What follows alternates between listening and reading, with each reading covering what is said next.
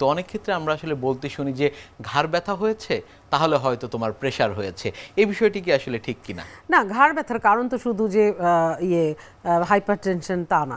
ঘাড় ব্যথার অনেক রকম কারণ, মাংস, ওখানে মাসেল স্পাজম হতে পারে, তারপর ওখানে শির দ্বারা আছে, ওখানে কোনো অসুবিধা থাকতে পারে, হ্যাঁ, তারপর ট্রমা থাকতে পারে, ও ব্যথা পেয়েছে ওইটা থাকতে পারে, বালিশে শুইলেও অনেক সময় বা শোয়া থেকেও অনেক সময় মাসেল স্পাজম হয়ে যায়।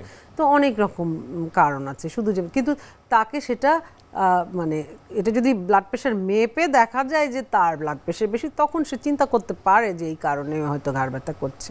উচ্চ রক্তচাপ এর কারণগুলো আসলে কি কি রয়েছে? প্রথম কারণ তো ফ্যামিলিয়াল জেনেটিক, হ্যাঁ, বাবা মার আছে তার হবে, এটা নন মডিফাইবল। তাছাড়া এখন আরও কিছু যেমন রিস্ক ফ্যাক্টর হিসেবে ধরা হয়, যে একটা হচ্ছে যে খাদ্যাভ্যাস, তারপর ওবেসিটি, এক্সারসাইজ কম করা, cigarette is also a reason for hypertension, not only the hypertension as well as heart disease.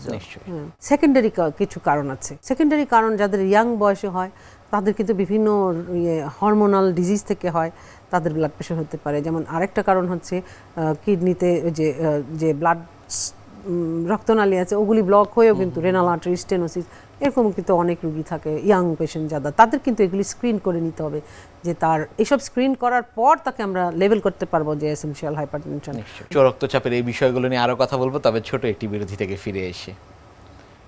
প্রিয় দর্শক, দেখছেন স্বাস্থ্য প্রতিদিনের বিশেষ এই আয়োজন। কথা বলছিলাম উচ্চ রক্তচাপ বা হাইপারটেনশন নিয়ে, এই বিষয় নিয়ে আমরা আরও কথা বলবো, আরও শুনবো, তবে ছোট একটি বিরতি থেকে ফিরে এসে। ততক্ষণ আমাদের সাথেই থাকুন।